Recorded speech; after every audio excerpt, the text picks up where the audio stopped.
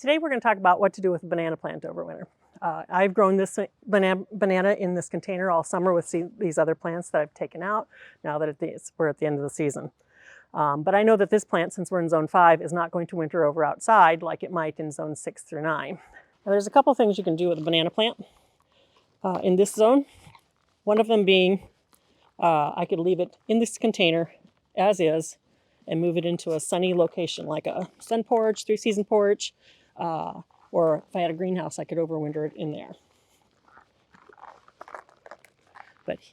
Or I could cut it off about 6 to 8 inches tall, leave it in this container, and then stick it in a cool garage. So long as it stays about 40 degrees, it's not going to grow. It'll go kind of dormant, and we'll just let it overwinter in the garage. But I don't have one of those places to store it, so I'm going to dig mine up and store it bare root. I had to get the big guns out, get my shovel, and now I've got her up. So I'm going to shake off a lot of that excess soil. I'll leave a little bit on because I don't want it to dry out. And then I'm going to wrap it in a little bit of newspaper.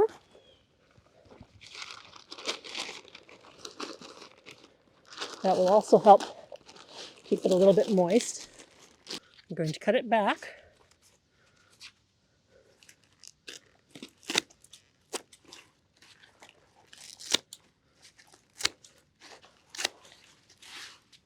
And then I'm going to wrap it in, store it in a plastic bag.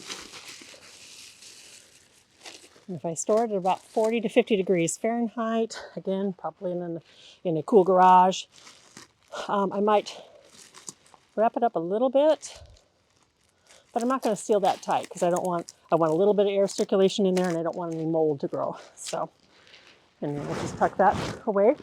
And then next spring, early spring, I'll pot that up into a smaller pot inside. Once it starts growing, then I can put it outside after all danger of frost is past.